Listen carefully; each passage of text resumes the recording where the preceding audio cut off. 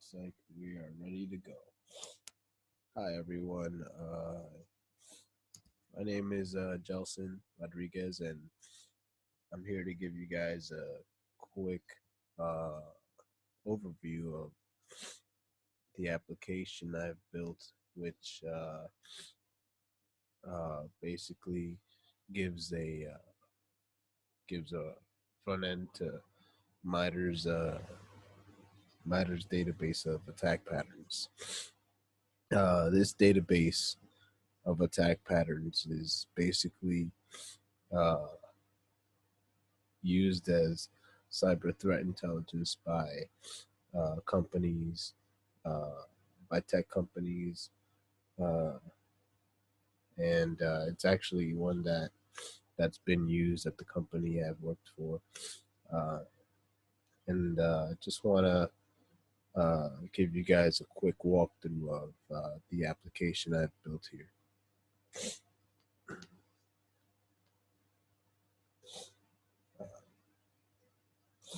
Uh, so the application is called MITRE's Attack Patterns. Uh, it's pretty much reflecting the name that's given to the original data sources. Um, if you visit the original source mentioned at the blog I posted here, um, the blog I posted here, as you can see, here's the URL. You visit the website here, or if you even visit the about page on the application, you'll see that there's the original link there that you could visit and see for yourself. But as I mentioned before, it's used by IT companies as cyber threat intelligence, or to access cyber threat intelligence. And I figured it'd be cool to kind of build this front end to this repository of data, and worked out pretty nice actually. Um, so just to give you also an overview of what the application is built on, it's built using a React-Redux front end, and I decided to use a Rails server as my API uh, to contain the data from MITRE's original source. All right, so let's get started here.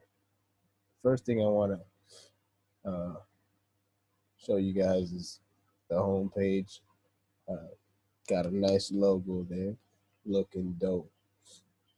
And basically, this is the starting page, and this is where you know, uh, this is basically the front page to the application. Now, to view the attack patterns and whatnot, you would visit the attacks link here. And once you visit the attacks link, this is basically what initializes the application. It basically queries that API for the data that it wants, pulls the data, stores it in the the Redux state, and gives you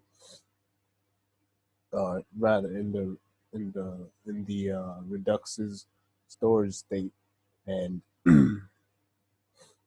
basically displays all this data here for you. At least the way I built it, that's how it works.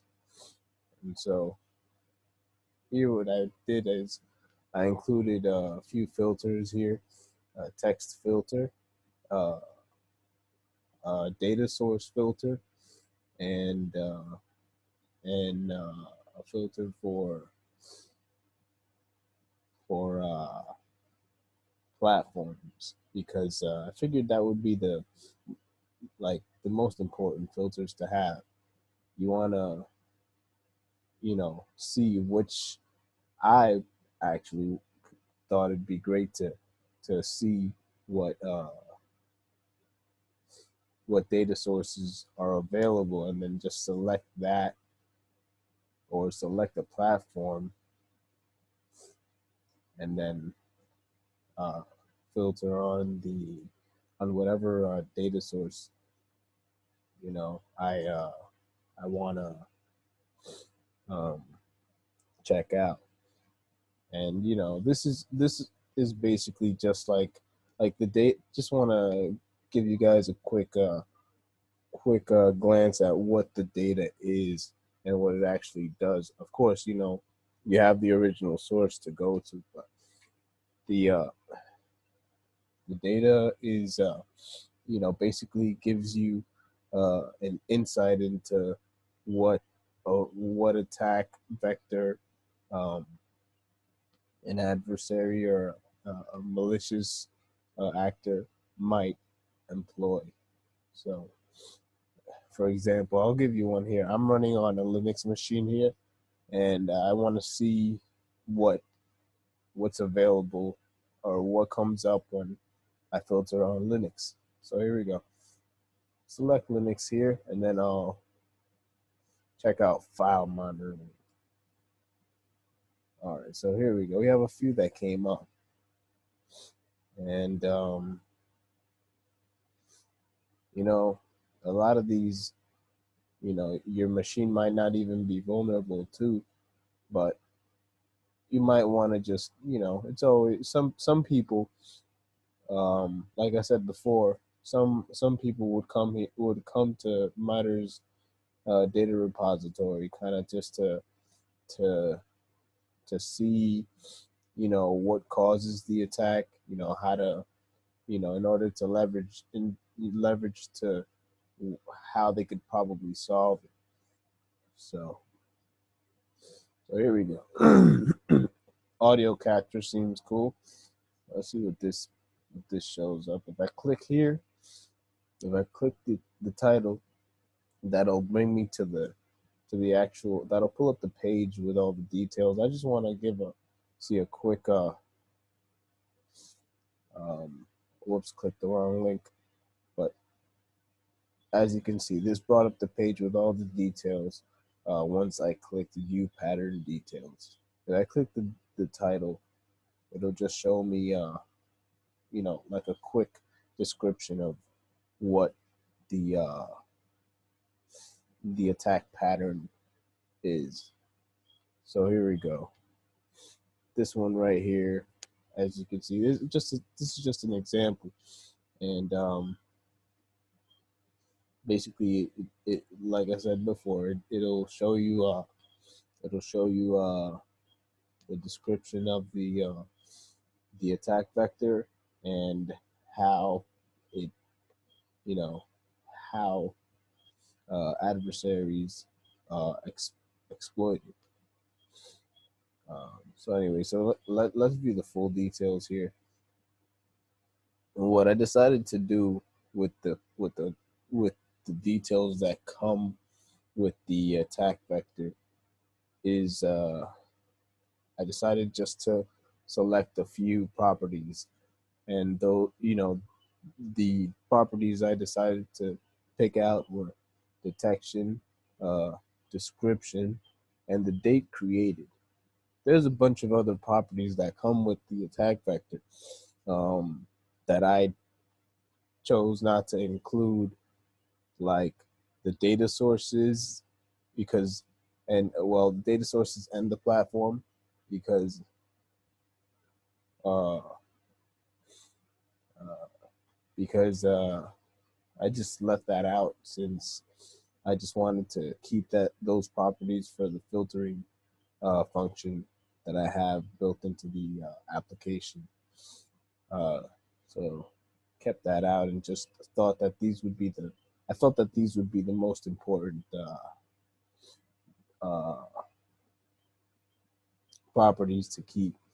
Now that I think about it, it'd probably be great to also include a link to the original source here. So I might do that in the future. But like I said, this is um, you know, this is my first draft basically of the web application. Uh, so anyway, let's move on and try and filter on something else. I'll do I'll just filter on everything and kind of look for something I know came in the news lately. I know token manipulation is something that comes out in the news often. All right, so here we go. Cool. Yeah, this is real big token manipulation, but you know, this is just, I'm not gonna go in depth into what these vulnerabilities are and you know how they can be exploited. I'm just gonna give you this. This is the purpose of this walkthrough is exactly what you know, exactly what it is, a walkthrough. Um, and um, that this is pretty much the application, uh, all in all. Just basically basically um, displays the attack vectors from the data repository after an API query, and then you can filter based on whatever you'd like to filter on. Uh, and yeah, this, you know, if you have any feedback or anything you'd like to recommend or anything, you know, feel free to visit visit the GitHub profile for the application, or the GitHub repository rather, and you know, submit any feedback that you may have. Thank you for watching the walkthrough, and I hope you enjoy looking through some attack vectors that you may you may need to look at in order to solve some problems. Alrighty, folks. Thank you.